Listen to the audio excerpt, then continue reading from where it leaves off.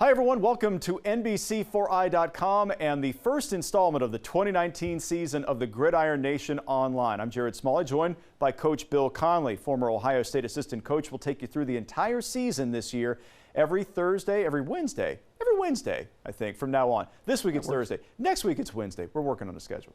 We'll get you all coached up, basically. That's what Coach does. We'll get you ready to go for every game as we go through the entire Ohio State schedule. There will be highs, there will be lows. There will always be intrigue and drama, and that's what we're here to document throughout the year. We'll start with Florida Atlantic, Bill. We get them Saturday in here. Before we get to the opponent, let's get to the Buckeyes themselves. You look at it, 13 starters return. That doesn't include special teams, by the way, so we're not counting the punter, the kicker, who also are back. 13 starters. But, Bill, so many more players than the 13 have played significant time or have started a game. And so that number, while a pretty good number, is actually a little deceiving. It's a pretty experienced team. Yeah, it really is. Some guys obviously got hurt. And, you know, with the new redshirting rule and things like that, you can play guys and kind of try them out and things like that and then bench them if you want to for the rest of the year. But a lot of guys have playing experience that not necessarily started position, but you look at the offensive line, look at the defensive line, look at the wide receiver. And you have to do that so you don't have a wholesale turnover of talent each year.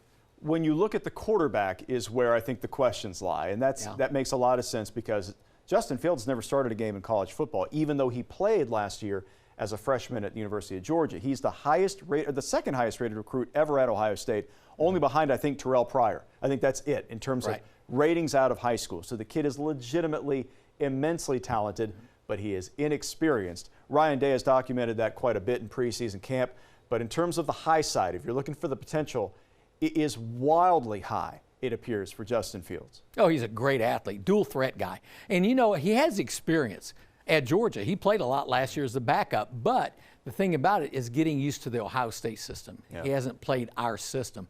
And really, if you look at the two backups behind him, all three guys are transfer guys. That's how this whole thing's changed. Yeah, and so it puts a lot of pressure not only on Fields to make smart decisions when he runs the football down the field. If he's getting in a competitive environment and he wants to go for that extra yard, he's been asked about that this preseason, about, you know, maybe you need to get out of bounds. Maybe you need to do something a little safer to preserve yourself throughout the year because the options at 2 and 3 are not necessarily in Ohio State's favor. It's not their strongest suit, if you will, in terms of a backup. Right. But with Fields' strength, obviously being, you know, he's a tremendous runner.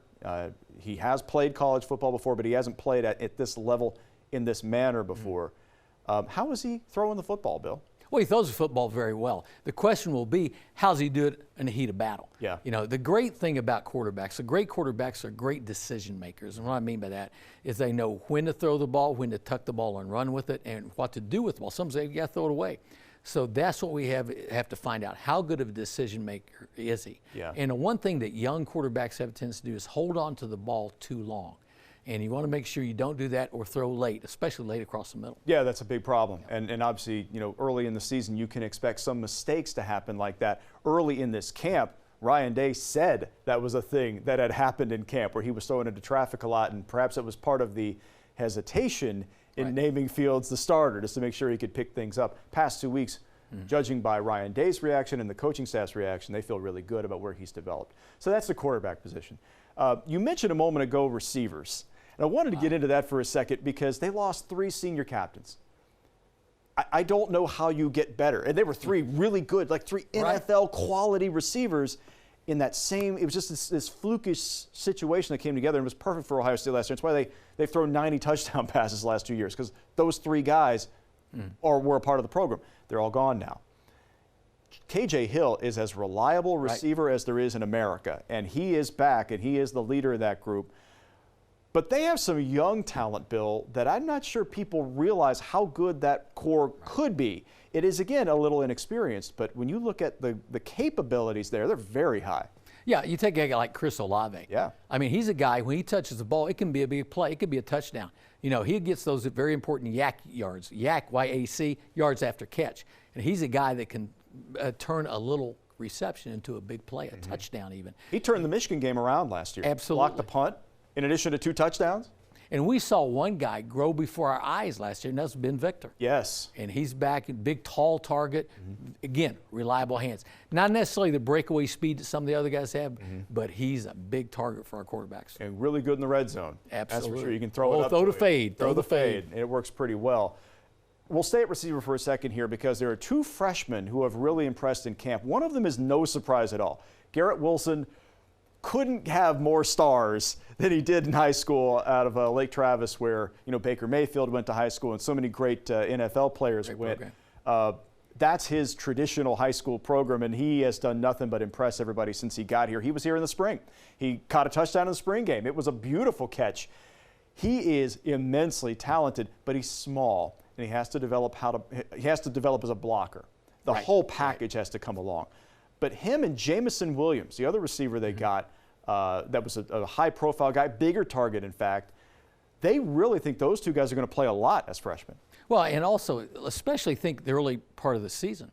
When you have some games we should probably get ahead of them sometimes. You can get them a lot of repetitions early to help them develop, help them give them that experience to help the team out more when it gets to the hard games. You make a good point there because, Bill, one of the big rule changes in the NCAA in recent years is the 4-game rule, where you can play up to 4 games and still qualify for a red shirt.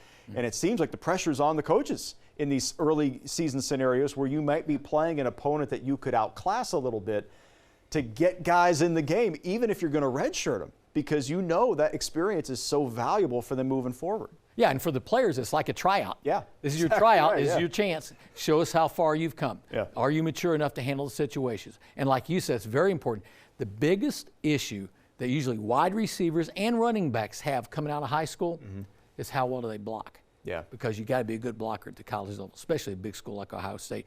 They want to see if those guys can physically handle the job too. Well, speaking of running backs, J.K. Dobbins is back as the featured back. And when Ryan Day was asked Thursday, the thing that he wanted to see more than anything else as he goes into Saturday's game, and the first thing he said was J.K. Dobbins. And I thought that was really curious because he's seen a lot of J.K. Dobbins the last 2 years, but it's the difference for him. He is the featured running back now. And J.K. was not thrilled with his sophomore season. They feel like he can make an enormous jump forward, and I think that might give you a little hint of what he has been like in preseason camp.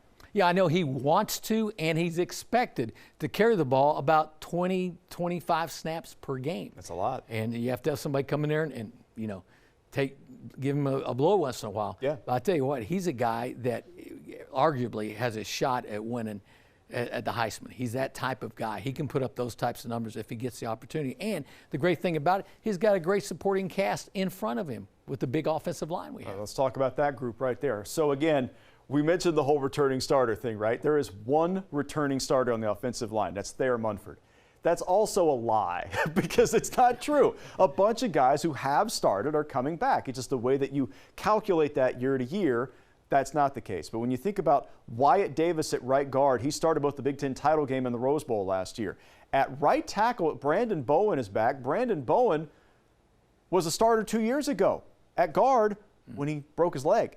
Right. He missed all last season because he had some setbacks in his recovery. He is back, and he earned that right tackle spot in a really good battle with Nicholas Petit-Frere, the young player. He's now a redshirt freshman for them. Right. He's going to play, by the way, on Saturday. You'll see them both. But you have experienced guys. You have the transfer from Rutgers, Jonah Jackson, at the other guard spot. Bill, I don't know how you look at this group and say they have one returning starter. I don't think that's a fair description of what they're like. Yeah, I know the opposing defensive lines don't think they're brand new guys. No. And I think Jonah Jackson is a great example. He was their best offensive lineman at Rutgers. Yeah, he was. He transferred here. So he's a guy who has a lot of playing experience. And as other positions we've talked about, the coaches want to play 7 to 8 guys. They're talking about a freshman, Harry Miller, playing some at center. Yeah. So they've got a lot of guys that are bigger, they're faster, they're stronger, they're quicker, they're more agile, versatile, and mobile than ever before up there. The coaches are excited about this offensive line. And I failed to mention the starting center this year, who is Josh Myers, who has been just waiting his turn, and he has done nothing but wow his peers and his coaches for his work. As the backup to 2 All-Americans. Last 2 years, it was you had Billy Price in there. You had Michael Jordan convert over and play there. And he could have played last year. Look, he was good enough to play that position last year, but Jordan, obviously an All-American at the position, an All-American period. Now he's starting in the NFL What are you going to do? There you go. I think that the kid moving in is really good. So that is a really strong line. Let's go to the defensive side, Bill, because 9 starters return, and even more players have experience who aren't listed as starters. Right. So you have a very deep group. You return every linebacker. You return a ton of experience up front. Technically, your 2 starters who are gone up front are replaced by guys who started a ton. So you know what I'm saying? Like that whole label just kills me. Yeah. But you're talking about a really experienced group. The difference, though, is they are under new management. There's 4 new defensive assistants there, 2 new coordinators, Greg Madison, Jeff Hafley coming from the NFL. Bill, if you had to say one thing's different, here's the different philosophy from this coaching staff to the old staff with Greg Schiano, what would that be? Well, I think obviously in those downs that are run or pass downs, they want the front and they want the linebackers to stop the run. Take away a lot of the things they had responsibility-wise in relation to motion and adjustments and things like that. Mm-hmm. Let the secondary handle those things. Let the front and the linebackers be the guys that attack the football. And Greg Madison, just for history lesson's sake here, he's been a coordinator everywhere. Yeah. For the better part of 4 decades, and he's been really good at every level. The NFL and college football, all he's done is coordinate really good defenses. He comes from Michigan, where a year ago, until they played Ohio State, they were dominant on defense. He wasn't the coordinator there, but he was in charge of making those game plans, so they've got experience. Hafley coordinating the defense as well. From the secondary standpoint, Bill, Ryan Day said Thursday he thinks they have 3 potential first-round draft picks at corner. Well, I know they've place to start. They've been playing like that in camp. Yeah. Now we'll see if it carries over to the game. The highlight, I think, of all August camp is the improvement in the secondary play. Really? In 2 areas. Of the whole team? Yes. Wow. The improvement area in 2 things. Number 1, they create turnovers. They were a lot of interceptions. Mm-hmm. And the second thing, a more physical tackling. Ryan Day, so one of the top 3 things he's looking for in this year's team is better tackling on defense. Now, that sounds basic. It is basic, but we missed a lot of tackles last year. I think the scheme will help us out, a little more zone coverage, not as much pure man. Mm-hmm. And plus, we have some guys that have been through the ringer, and they have a chip on their shoulder, and they want to prove that they're real good. That's pretty accurate. The player who I would say people don't know very well in that back end of the defense, who they'll probably get to know pretty quickly here, is Josh Proctor at safety. Yeah. He had a outstanding preseason camp. Every time there was an interception at camp, it seemed like it was him. Yeah. And that kid's pretty special talent athletically. Right. Playing with an All-American caliber in Jordan Fuller. Well, and part of the thing that will make them even better is they've got a big defensive front. Yeah. That's fast and they're tall, especially at the end spots. And quarterbacks have to throw over top those guys. That'll help us make more turnovers this year. Now let's turn up front, because that's where the best player on the football team is. That's Chase Young. Yeah. Chase Young is just a phenomenal talent, preseason All-American, almost universal in that nature. But he is not alone there. Defensive end, they are just loaded up, Bill. And that's even maybe dealing with an injury here. We'll see if Jonathan Cooper can play here early in the season. A lot of what we're hearing is he probably won't play Saturday and might not play for a couple of weeks. But they do expect him back this year. That's a senior defensive end who is a 5-star recruit out of high school, so you know what that is. Tyreek Smith played a bunch last year as a freshman. Right. Baptiste had a huge game in the spring game. You know athletically what he looks like. He camped out in the backfield. And, oh, by the way, the best defensive end recruit in America, Zach Harrison, who Ryan Day says will play. Will play, for sure. Guaranteed. That's how good he's been. Right. You add that together, Bill, and I didn't even list everybody. That's a super skilled position. And let me tell you why that position is important. You got to play a lot of those fresh guys up front during a football game. Mm-hmm. We played teams, I know in the past, some of the Florida teams and all that, our depth wasn't quite as good. And they wouldn't put the real first-team guys in until the team got to midfield. Right. And then they put the serious guys in. So you have to have a lot of depth. Obviously, knock on wood in case of injury, but more importantly, to keep fresh bodies going at those offensive linemen, because offensive linemen do not take as many breaks off in the game. You don't substitute as much on the offensive line. And so you send fresh defensive linemen, man, it makes a long day. A couple things left here on this program here. We're going to talk about the opponent, Florida Atlantic. That's these guys over here. We had to go looking for the helmet design, Bill, because they wear so many different helmets at Florida Atlantic. They are the Owls. They struggled last year. They're 5-7. They did not play particularly well on defense. They were the 14th ranked offense in the country last year. They had a true freshman quarterback. All he did was become the Conference USA Freshman of the Year last year, but we're not sure he's starting in this game Saturday. At least Lane Kiffin has not committed to that. I would presume he will, but you never, hey man, gamesmanship is real in 2019, so we'll be following that. But Bill, what do you expect Lane Kiffin to throw at Ohio State here? These first games can be a little tricky for defenses. The first thing he's got to decide is here's a word, it's going to be the key, tempo. Is he going to go fast tempo? Is he going to slow it down? You would think a team that is outmatched personnel-wise would try to slow the game down as much as possible, but I'm not sure that's in his DNA. Lane Kiffin is a showman. He likes to make things happen. So they'll probably do a mix of tempos, fast sometimes. Maybe they get a first down, they come up and play real quick again. And other times, maybe clocks around, they're going to slow that thing down. They won't give the ball to the Buckeyes. So I think that's what you're going to see offensively, tempo control. Well, in terms of game planning for Ohio State then, when you're going into a first game, you have to fight that urge to give everybody too much. You know what I mean? And you've been there when you're trying to game plan for a first game. What is your role in trying to help players not just manage the anxieties and the nerves of getting ready to play a first game, but also strategically not overload their brains with too much? Right. You want to keep it as simple as possible. Let them be aggressive. They don't have to think. And the other thing that coaches, both sides of the ball now, I got to be thinking about field position. That's the most important thing. If a team gets good field position, that's really an inferior team in terms of talent, they can put points on the board. You don't want that to happen. So that's a big part of it. Now, obviously, people care about Ohio State winning their games, winning the Big Ten, all that good stuff. I want to take a quick look around at the country and what the scene looks like across college football this year. You already saw one game last week, and we'll never be able to unsee Miami versus Florida, which was just – it was maybe the greatest case ever for at least a preseason scrimmage in college football. Awful. That was sloppy. Ton of turnovers, ton of yards and penalties, and busted assignments. You could tell neither one of those teams were prepared at all. And the coaching decisions in that game in the second half were mind-blowingly bad. And these are two veteran staffs. They know what they're doing, and yet everybody just kind of like, it was a bad way to open the season. But it does kind of give you some thought about maybe in the future what these, perhaps developing a scrimmage system or something that teams can at least get a look at another team before they go and play a real football game. I digress. I'm off the deep end.